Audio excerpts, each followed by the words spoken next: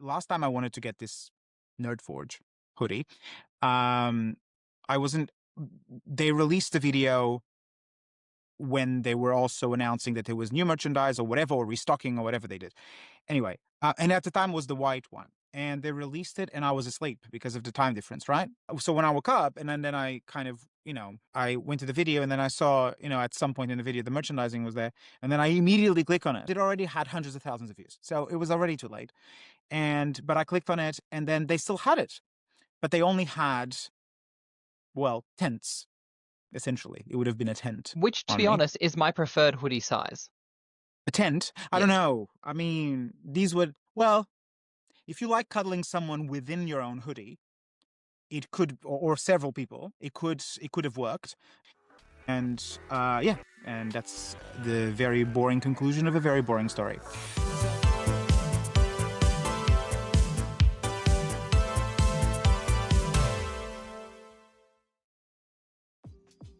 I feel like we should pull some sort of intro together and say, hello, who are we? Because I don't know who I am half the time.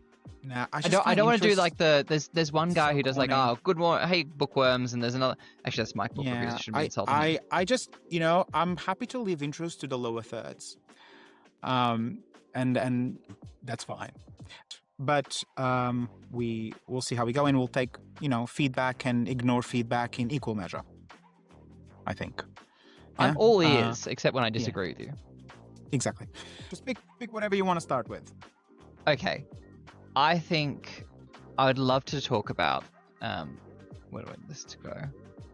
I'm on tenterhooks. Hype, help or hindrance. So, Strength of the Few and Shadows Upon Time both came out last month. Yes. Seeing as we're recording this on the 2nd of December, and they were both November releases.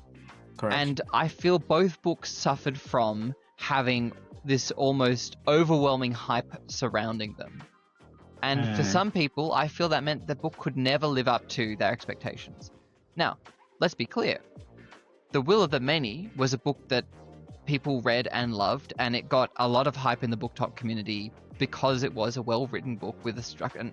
But when James went and did things differently in book 2, he knew and he appreciated and he put out there in the world that it was possible people wouldn't appreciate it in the same way.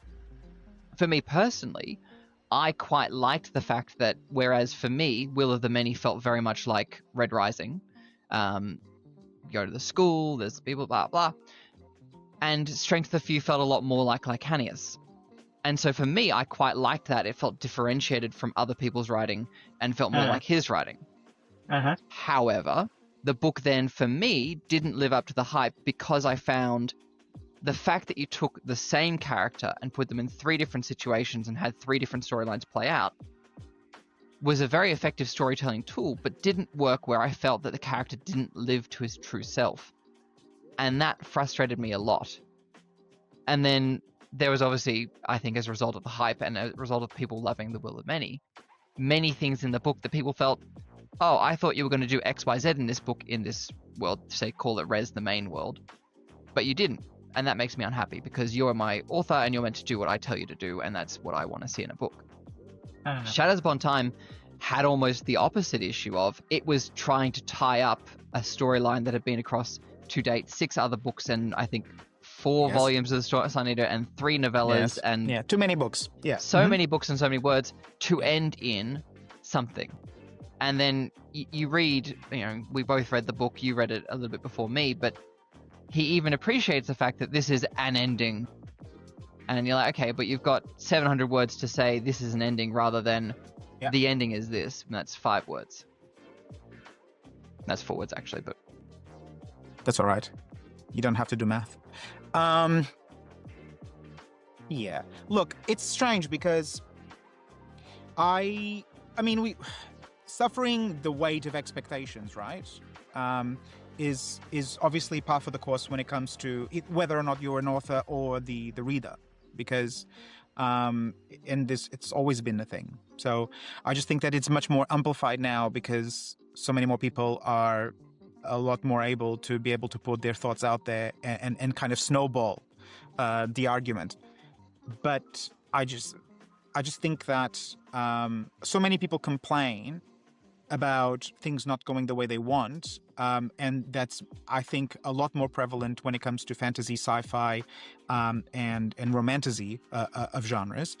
But I think I kind of like the discourse in a way because it means that people are really passionate about it, which is it's a specific mark of the readership for these genres.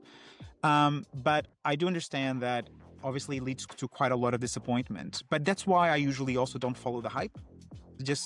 I try to, kind of be quite objective. If I like the last book and if I like the author's writing in general, I mean, I've been disappointed by authors many times, but if I like the author's writing in general, I mean, chances are, it might not be the best thing I've read from the author, the next thing they put out, but I'm probably going to like it, right? That's how it's going to be. But also there's so much to read. So I don't understand also the need to be that disappointed, because if you don't like it that much, then you can just read the next thing. It doesn't really matter.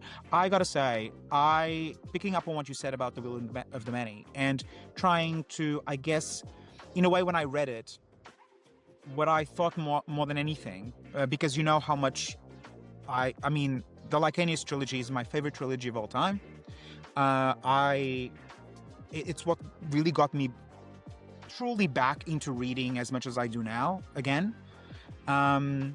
But I just thought it was a very uniquely voiced, unique perspective on, a very well-trodden path in fantasy. So I just thought it was, even though, and I won't spoil it for anyone that hasn't read it, but even though it uses one of my least favorite elements in science fantasy, it's done the best I could have asked for. And so I did really like it a lot. And then when I read Will of the Many, I was disappointed. So everyone loved it. Everyone raved about it. Everyone was saying it was the best thing he's ever written. And I just thought, well, no, not for me, but I loved it. I thought it was a great book, but I was under the weight of my own expectations because I knew, but then that's so unfair, because then am I just, you can't just pigeonhole a writer and say, now write exactly the same type of thing every single time because you did it well and I loved it and this is what I want. Unless you're Lee Child or any number of other authors out there who literally do publish effectively the same book like clockwork, or get ghostwriters to do the same thing. There is a segment of the market that just wants the same thing consistently. I mean, and that's in all markets, right? TV is the same.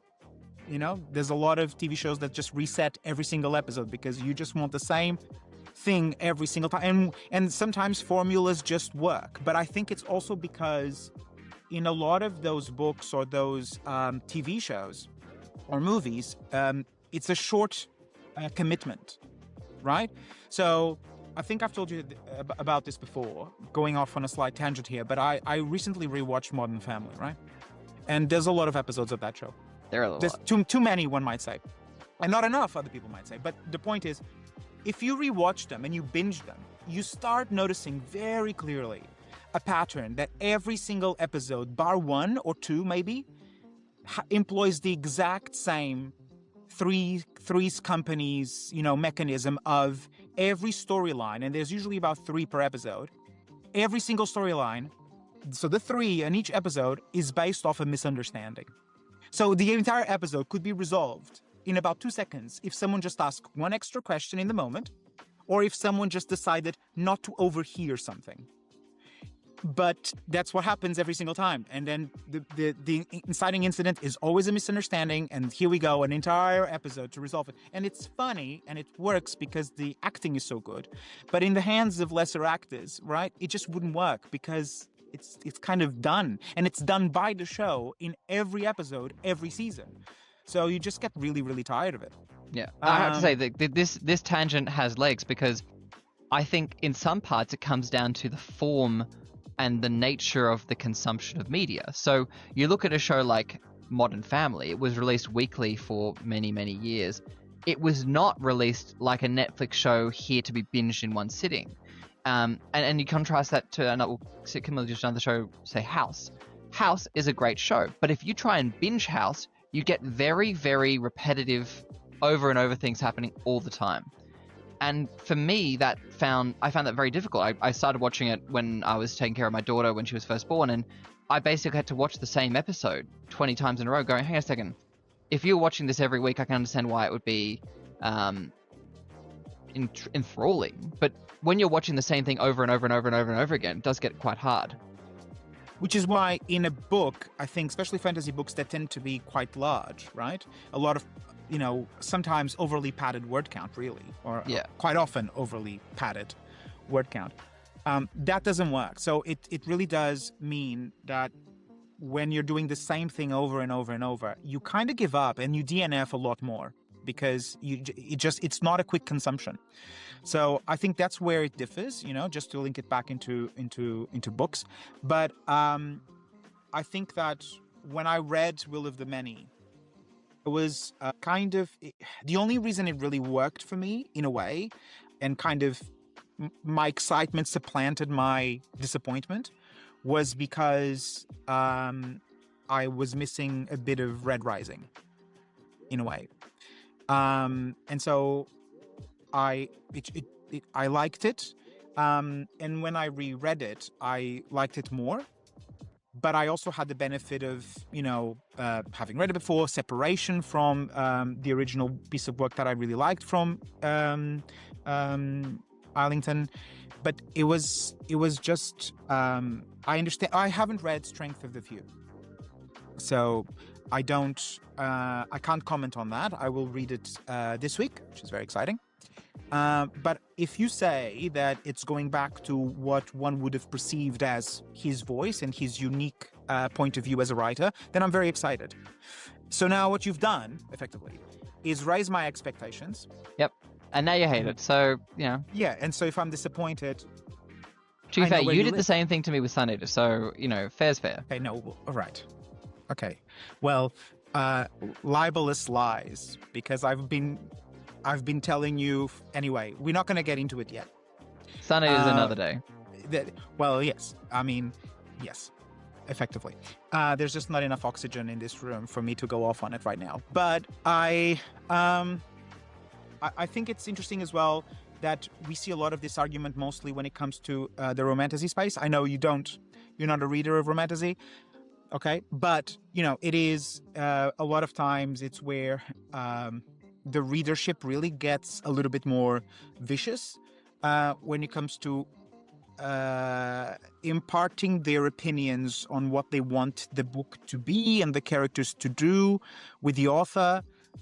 Especially if they've loved what the author has done previously, right? And so they have the idea of the story that they came into in the world of the author. A lot of these authors write multi-story arcs in the same world, right? And then they take a character that worked really well from the previous trilogy or whatever, and they create an entire series around that character. So what happens a lot is you kind of just feels like the readers just want to read the same story again with the same beats in the exact same way. And that's Tom Clancy, that's Lee Child. That's not what this should be. And also, I mean, you already have that book. That book's been written. If you loved it that much, just go reread it. Wait a year, go reread it, and have the same exact fun. Really. I mean, we'll bleep that in the video. We'll just leave it on the podcast. Not in the romantasy, but the just pure fantasy space. Let's be clear. I don't think that Doors of Stone or Winds of Winter will ever be released, necessarily. It seems like it's not happening.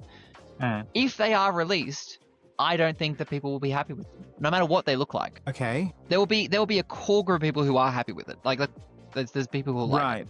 But there will be so many people who say, I didn't wait 15 plus years for this, and I'm so unhappy with this outcome. And I think that's a position that the authors are really unfortunate to be in. It's not their fault that the readers have this view of what things should be, and they have strong opinions, and they're passionate. It's just the consequence of being popular is that you have a lot more people looking at it. It's true. I think, well, my two takes on that are that those will be expectations that will be impossible to meet. Because even the group of people that is waiting for those books is quite large. And so there is no way you can potentially even please a majority. So already it's a failing endeavor.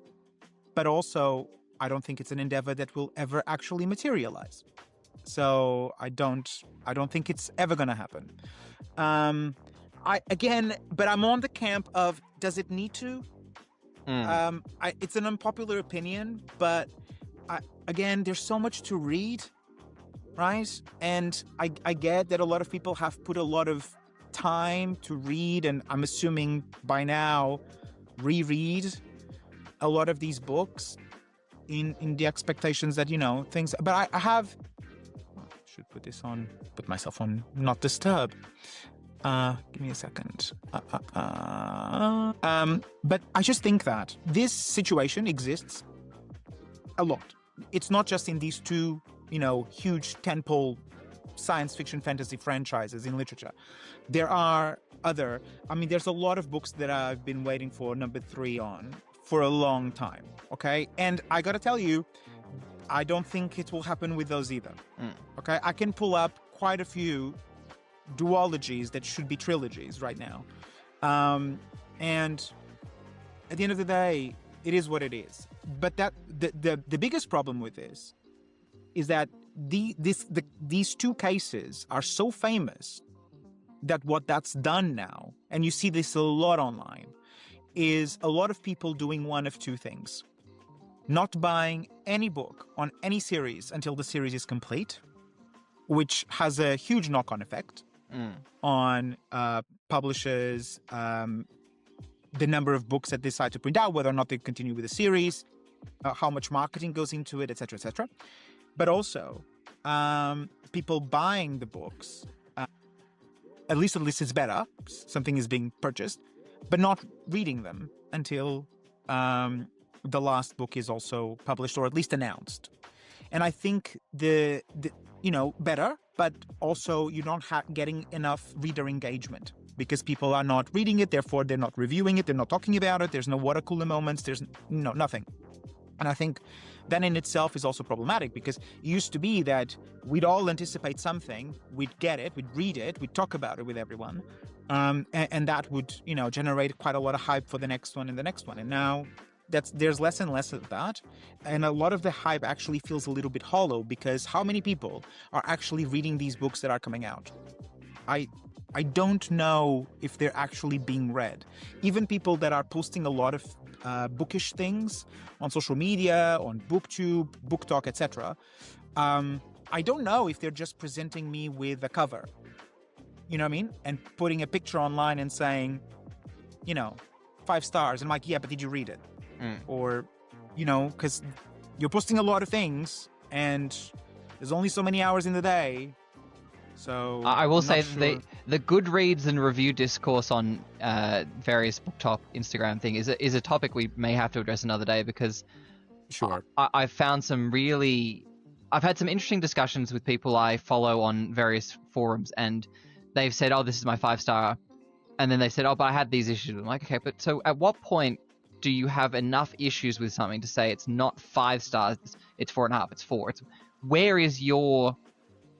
what kind of scale are you working to where you say this is a 5 or now they started using 6 stars because evidently everyone was giving everything 5 stars. They had to have it's like when you have S-class and it's unnecessary because if you actually just applied some sort of rigor to your rating, you wouldn't have everything be 5 stars and have to say, oh, actually, but this is 6 because it's even better than those because these ones, maybe they're 3-star.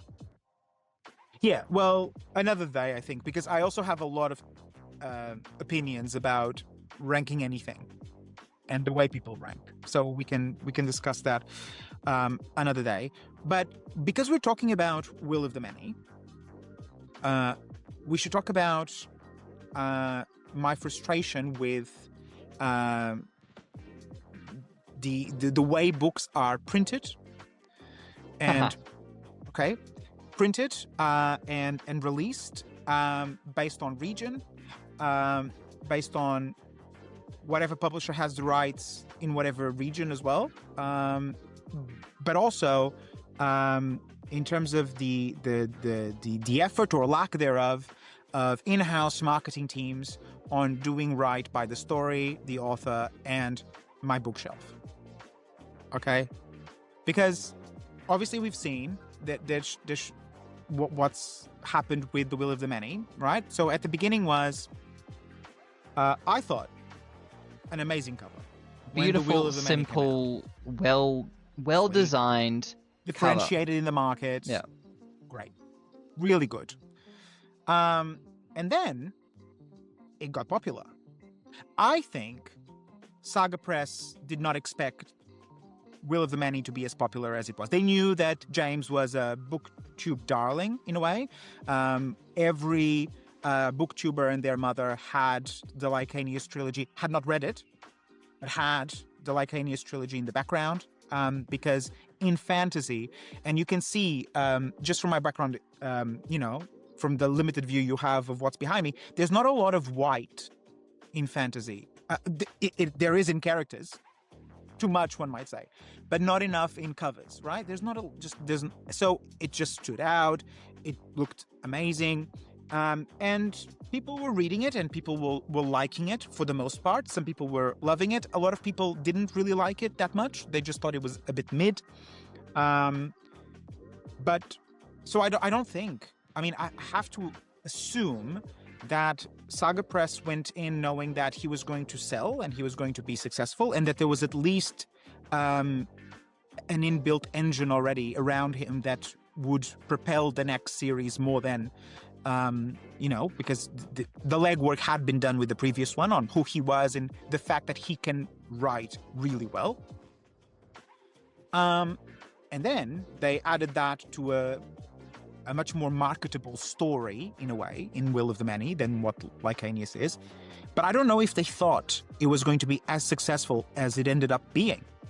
And man, did that take off, right? And then, of course, what did they do? They put out... I have them here. I can just give me a second. Hello, welcome back. So, but obviously, Will of the Many, right? Very nice, simple aesthetic, gorgeous, very, very nice. These are all milered, so, there'll be reflections everywhere. And then, the Broken Binding obviously did an edition because it was very, very popular. And they had then, an edition before of, or at least a printout of Lycaenius. Quite nice. And again, keeping on theme. And I think this is important because it is very good. And so keeping on theme, important. And then Saga decided, well, this is just too popular. So let's create what is now more and more popular, which is publishers doing their own special editions, right? So before it used to be all of these special printing houses, or at least outfits that did all of these things. But now publishers more and more are doing it. And then they did this, right? So Will of the Many, we all know this, the cover that went around the world, right? For two reasons. It's beautiful. It is gorgeous. Gorgeous. All the bells and whistles, sprayed edges in too pale a yellow, to be fair. But anyway, sprayed edges, mapping, always good to have mapping. But, did we need it? I don't know if we did. I got it. So obviously I needed it. But did we need it? I don't know if we did need it. But I definitely thought, okay, this is a special edition. But then I remember rereading the post when it was announced, when they go, no, this is how it's going to be printed from now on. And I'm like, this is a very nice cover, you guys. But this could be any fantasy series anywhere. It just looks like, whereas the other one was so kind of iconic, Yeah. People really, really took to it. In a way, it's almost like striking gold twice, because his previous covers were also really iconic. Yes. Very simple, but the very Lycaenius nice. covers are fantastic. And I think that as a consumer myself of not normally the significantly special edition products of anything, I'm now concerned because of what's happened with Book 2 and the furor around the reversible cover, people saying it's not good enough. Okay, let's get into it though. Let's get into it. Let's backtrack a step. So then on that post, they go, well, this is how it will now be printed from now on. And I remember replying to that post thinking, what are you talking about? What about all the people that, because these are not marryable, you guys. I mean, these do not look the same in a shelf, right? And I know that's pedantic, but know your audience, I guess. So many of the people that really purchase this type of product in the niche readership that this is, less and less, hopefully, but that this is, are people that are the people that care about this shit, right? So you think, well, kind of know your audience, and I thought, I remember sending a post or an email. I don't know what I did. I have way too much time on my hands. To the Broken Binding and say, hey, maybe you guys can get whoever did it before, and maybe you guys can do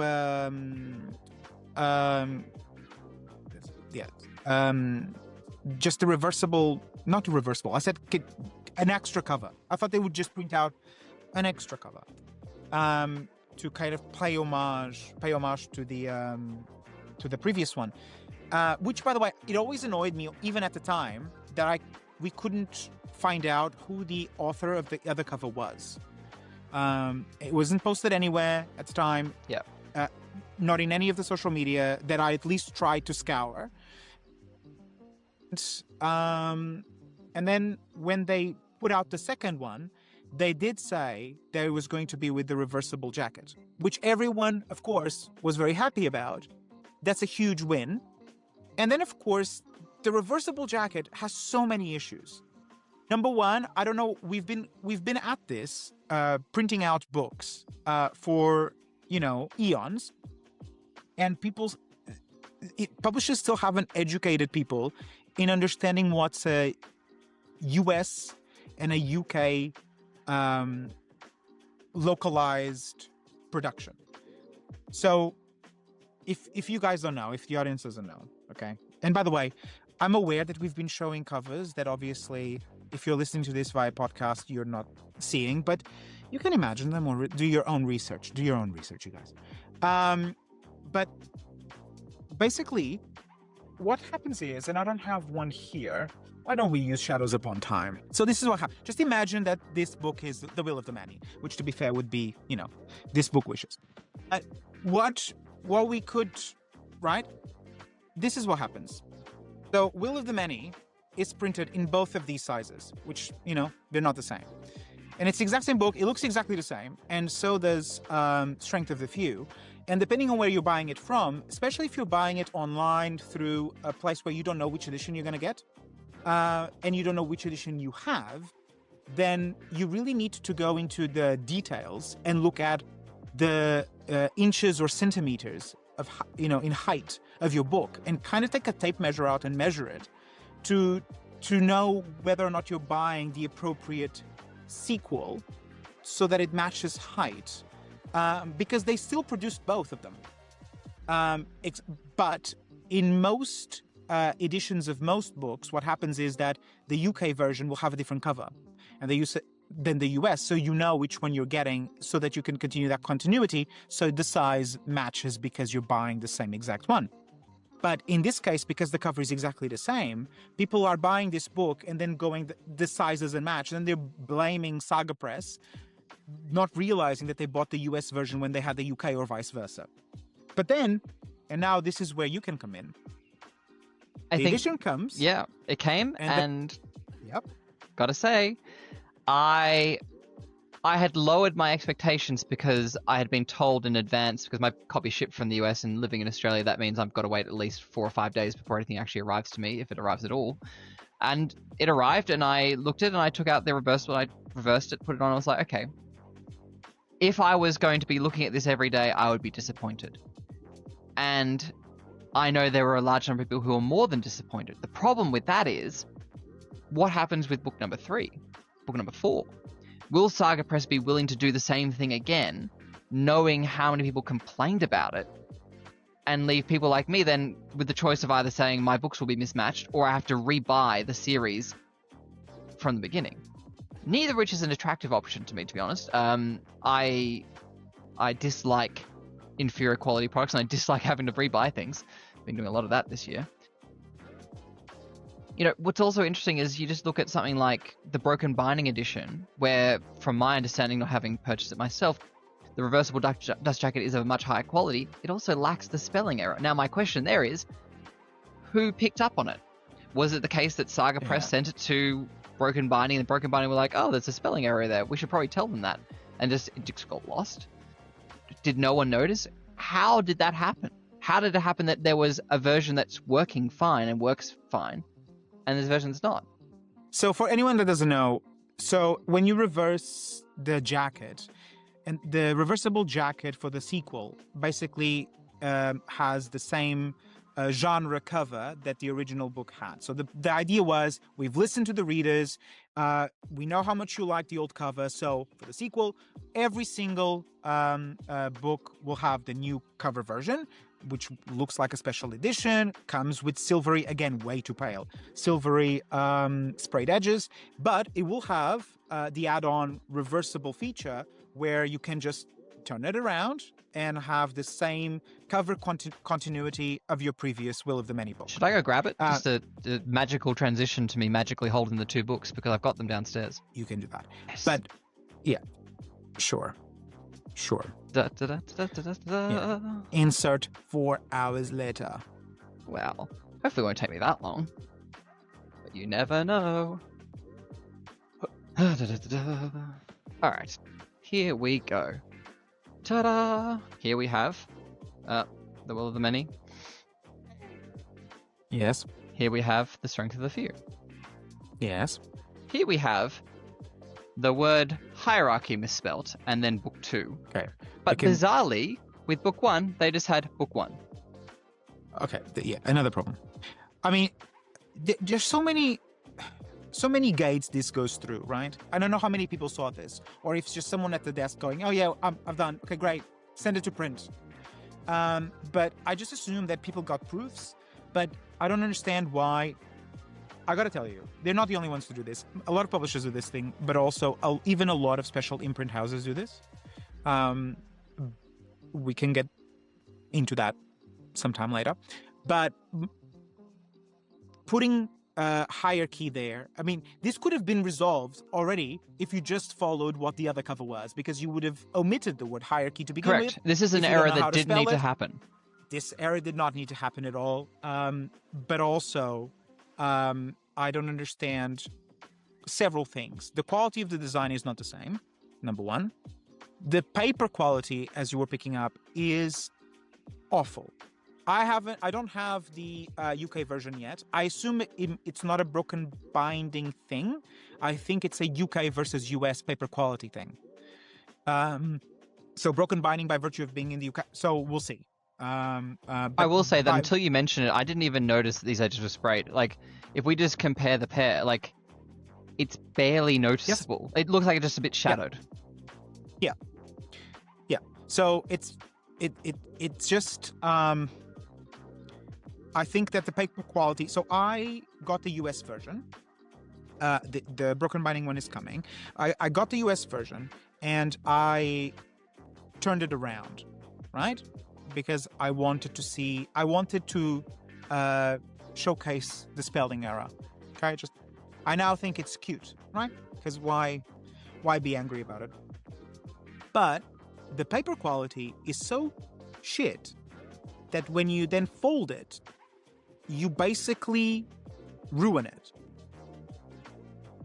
It's really, really bad. It immediately goes white anywhere where you fold, because it's just probably, I think, the worst paper quality in a dust jacket I've ever seen.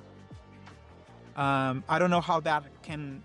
And the thing is, because it is for a special edition, even though there's not much special about it, it's quite poor going. You kind of feel like you want something a little bit more premium and luxe, but you're getting really shit, especially if you're in the US. It's really, really poor. And it doesn't have to be that way, because I know, we get so many US printed products, right? And even from standard, run-of-the-mill published book, and it's not like this. So I don't know what they did, but it was just really, really bad.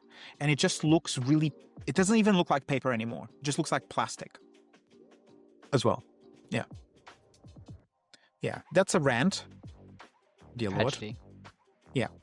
Okay. I think we have time for one more topic. So one book that I'm going to probably unnecessarily plug, because it did get nominated for a number of awards when it first came out, is Metronome by Tom Watson, which I went into with zero expectations, awareness, or anything about what it's about.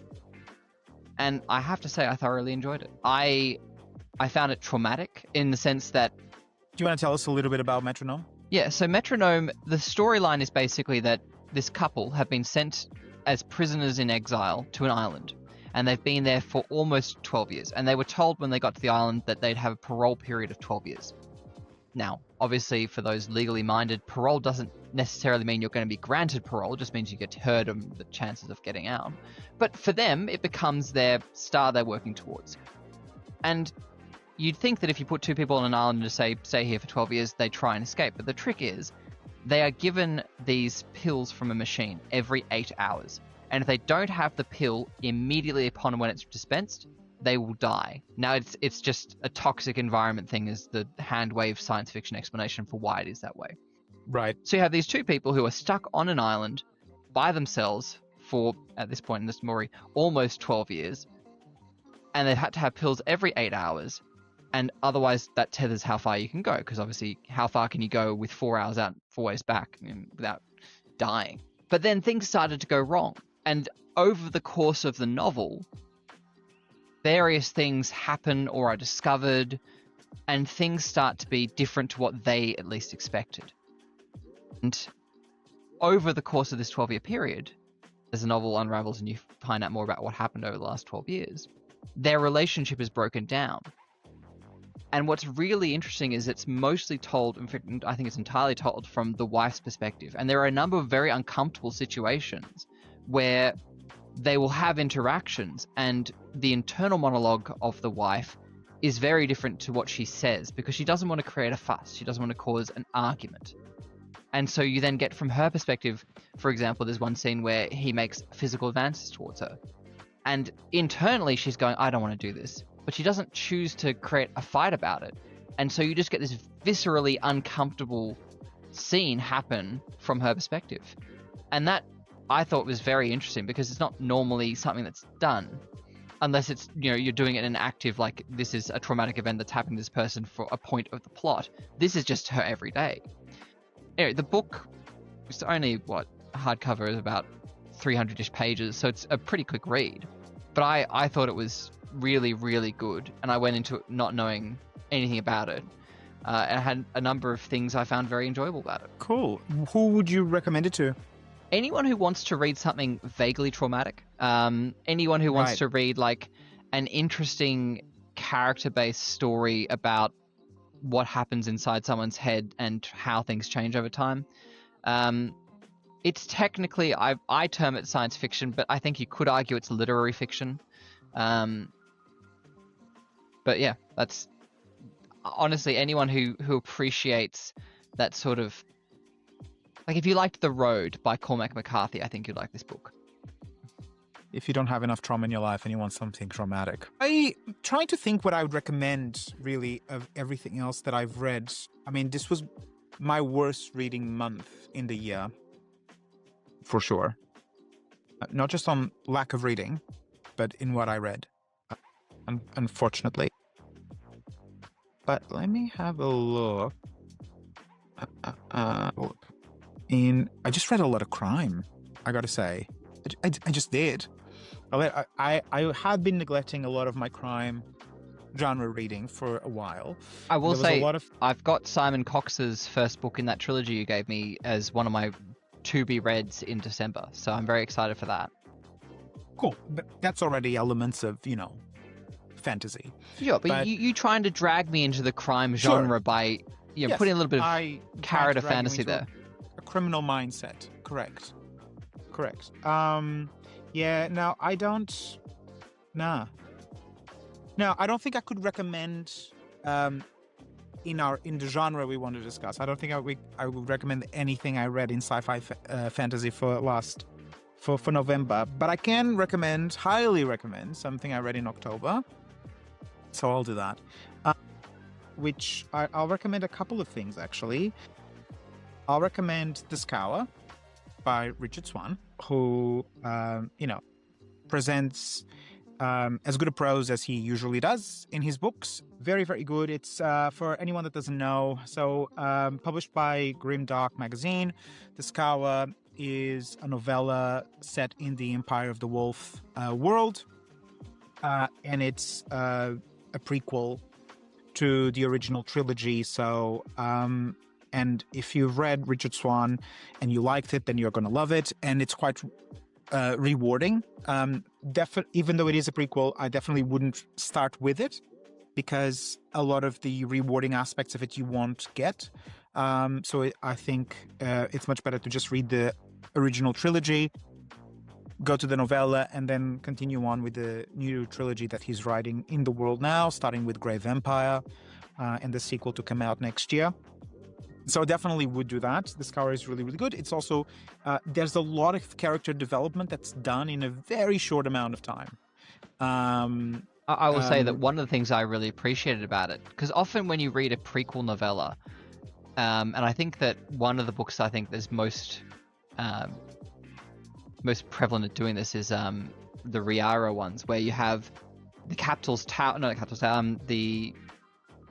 so you have Crown of Swords, I think it is the first book in that trilogy, which is actually 6 books. And then there's another series of books which is about how they met. And there's not a huge amount of difference between the characters when they met. This is Michael J. Sullivan, yes, for anyone sorry. that doesn't know. Yeah. Yeah, that's fine. So not a huge amount of difference between the characters pre and post. And you can't really see how much, like, other than their relationship and their working together, there's no real clear development of the characters in between those two periods, from what I recall reading the novels 4 or 5 years ago.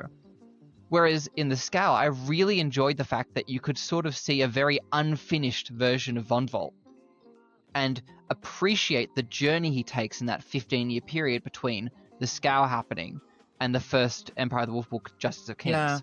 I mean, when it comes to Von Volt, I've got to say, it was a case of me thinking, oh, so you were always an asshole.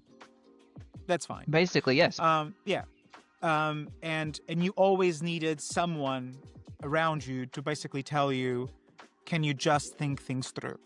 And it's funny that he gravitates to women being that voice in his life as well. Yes. But I think that even if you look at the opening chapter or 2 of The Scour versus the opening chapter or 2 of Justice of Kings, there's a great parallel in the sense of how he chooses to approach something in The Scour versus 15 years later, he chooses to take a much more lenient, much more humane approach without any prompting.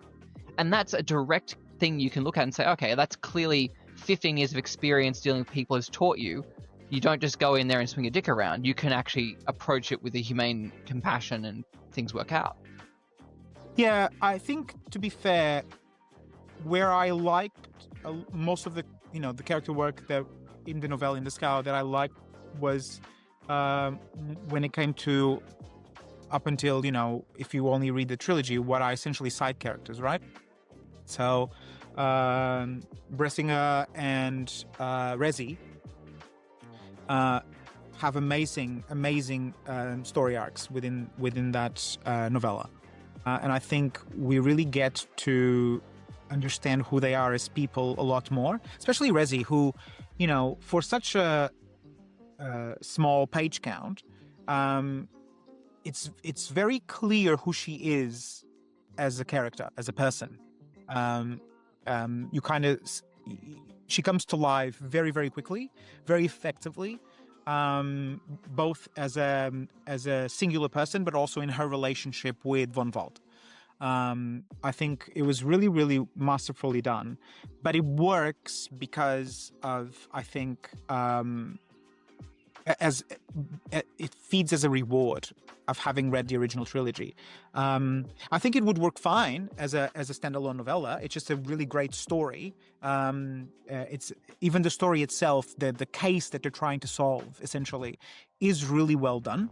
But I think that because of what we know from the trilogy itself, which of course we won't spoil, I think it comes off as really a rewarding piece. And I'm assuming that more novellas are coming because within the world, because I remember posting about my reaction, my review, essentially to the novella.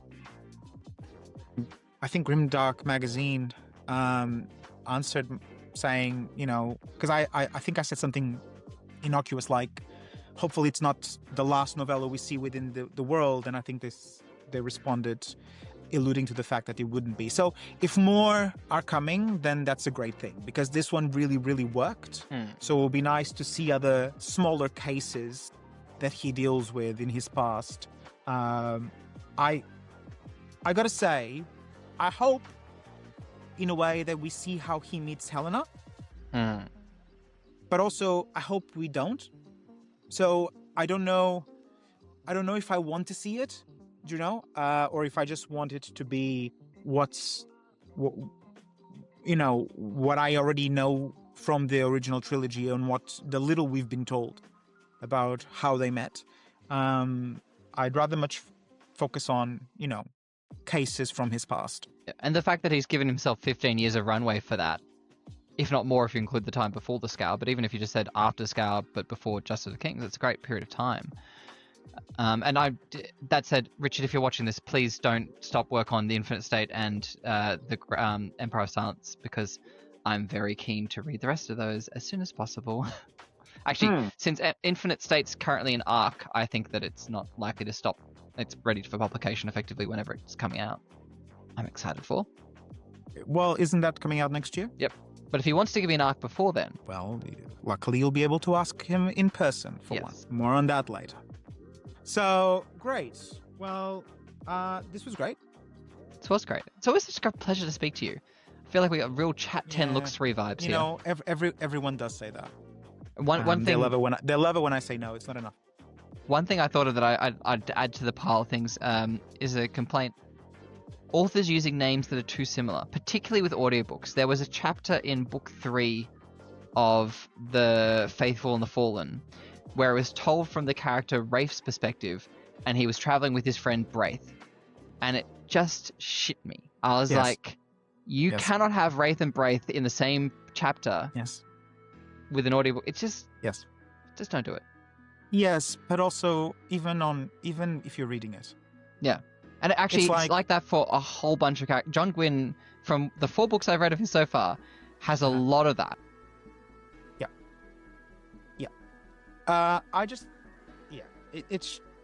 It's frustrating, because I got to tell you, if I'm reading it in one sitting, I guess I can cope.